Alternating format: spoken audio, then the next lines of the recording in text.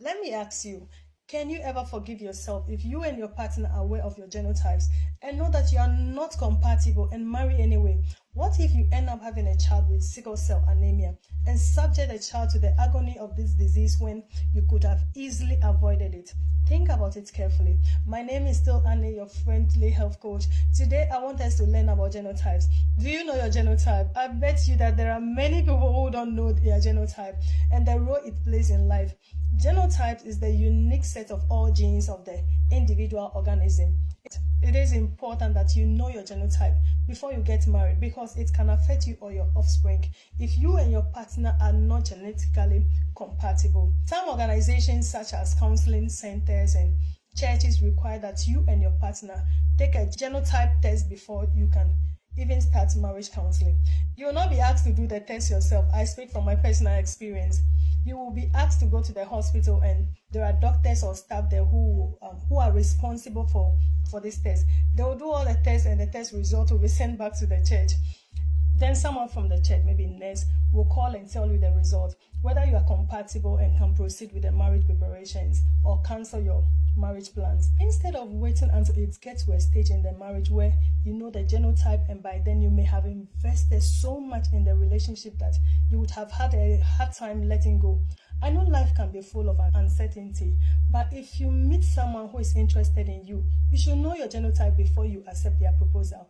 There are many organizations and counselors who advise couples to take the test before they get married, especially if you want to have children.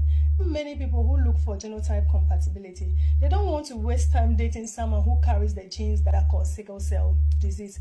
If you were wondering what sickle cell anemia is, I'll give you a brief description today and a video on it will be available soon. Sickle cell disease is the name for a group of inherited health conditions that affect the red blood cells. The most serious type is called sickle cell anemia.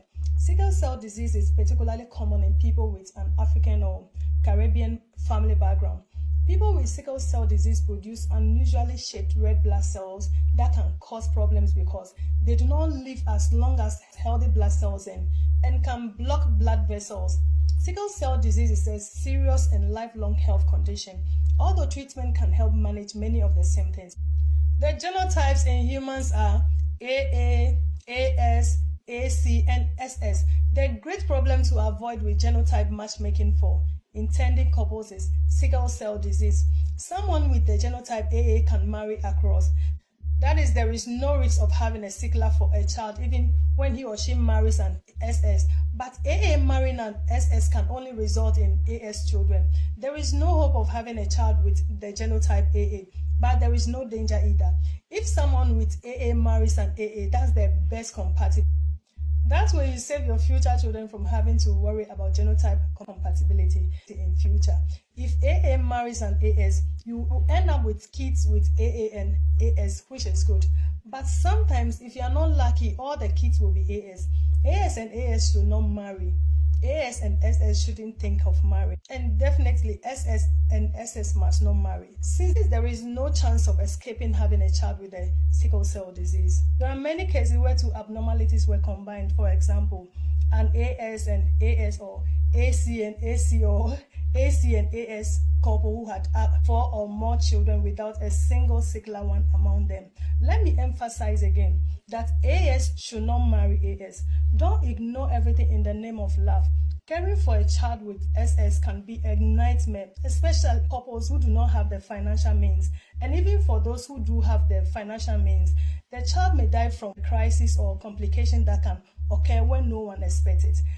Therefore, it's important to know your genotype before entering into a relationship that could lead to marriage. This way you can talk to your partner about it, and if you are not compatible, the possibility of marriage can easily be ruled out at this early stage of the relationship. Unlike if you only find out your genotype after the proposal and the wedding is still a few weeks away.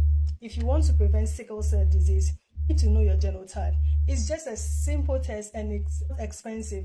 It is no secret that the choices we make can have an impact on our health. So please take good care of yourself.